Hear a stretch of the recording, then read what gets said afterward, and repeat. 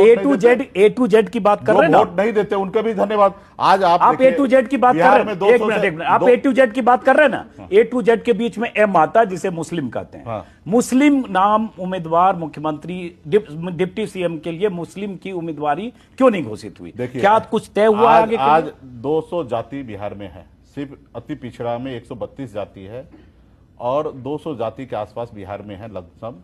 और ऐसे अगर सवाल करेंगे तो सब लोग कहेंगे कि हमारी जाति से क्यों नहीं हुआ। नहीं, 17% आबादी है, 200 जाति की बात मत करिए, 17% मुसलमानों की आबादी है। और एक मिनट, और जब सत्ता के लिए आप रास्ता खोजते हैं ना, MY समीकरण बनाते हैं, मुस्लिम और यादव, तब M है, लेकिन यहाँ डिप्टी सीएम के लिए M नहीं है। हमारा कोई समीकरण नहीं है। हमने कहा A to Z सभी जाति सभी धर्म है, आपके पीछ पे हम नहीं आ सकते हैं। हमारे लिए राज्य के सभी नागरिक जो हमको वोट देते उनको भी धन्यवाद है, जो नहीं देते उनको भी धन्यवाद। हमारे लिए सब बराबर है।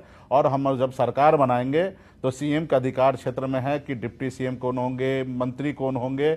हम पहले सरकार बनाना चाहते हैं और सरकार बनने में जिस चेहरे पे लोगों का भरोसा होगा उस चेहरे को हमने घोषणा किया। जैसे तेजस्वी जी के नाम पे बिहार में एक भरोसा है और उनके नाम पे हम चुनाव लड़ रहे हैं, उसी तरीके से एक अति पिछड़ा समुदाय में जननायक कर्पूरी ठाकुर को विचार को लेके हम आगे बढ़ रहे हैं। और उसी मछुआरा समुदाय सही बात है, एक निषाद का बेटा का अगर हम, क्योंकि हमारी सेपरेट पार्टी है, सही बात है, और हम चाहेंगे कि सरकार में हमारे, जब हम सरकार बनाएंगे तो इस सरकार में हमारी जगह होना चाहिए, हिस्सेदारी होना चाहिए। सही बात है, लेकिन एक पार्ट है। जैसे आपने कहा ना कि आप हमारी पिच पर नहीं आ सकते, तो हम भी आपकी पिच पर नहीं आ सकते। एक पत्रकार के नाते बार बार सवाल पूछेंगे कि एक बड़ी आबादी जो महागठबंधन का सबसे बड़ा वोट बैंक है, उसी पर आपका टेक ऑफ में उनका 17% योगदान है मुस्लिम का, वो आपके महागठबंधन का चेहरा घोषित डिप्टी सीएम क्यों नहीं? ये सवाल बार बार लोग पूछ रहे हैं और ये सवाल आपको परेशान करेगा। लोग नहीं पूछ रहे, भारतीय जनता पार्टी का एजेंडा है